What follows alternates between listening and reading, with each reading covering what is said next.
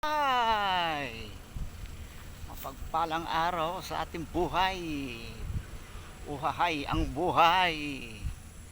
Buhay nga naman guys. Ito, nandito ako sa lugar ng mga mahihirap.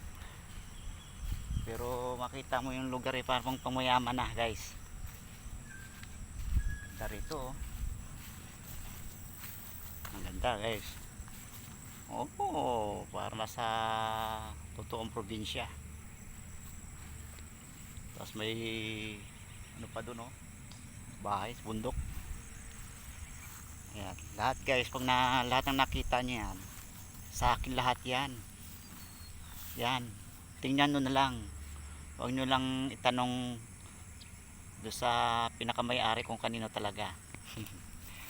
Okay guys, nakita nyo na yung aking lupain guys ha. Yuhuy, uhahay ang buhay.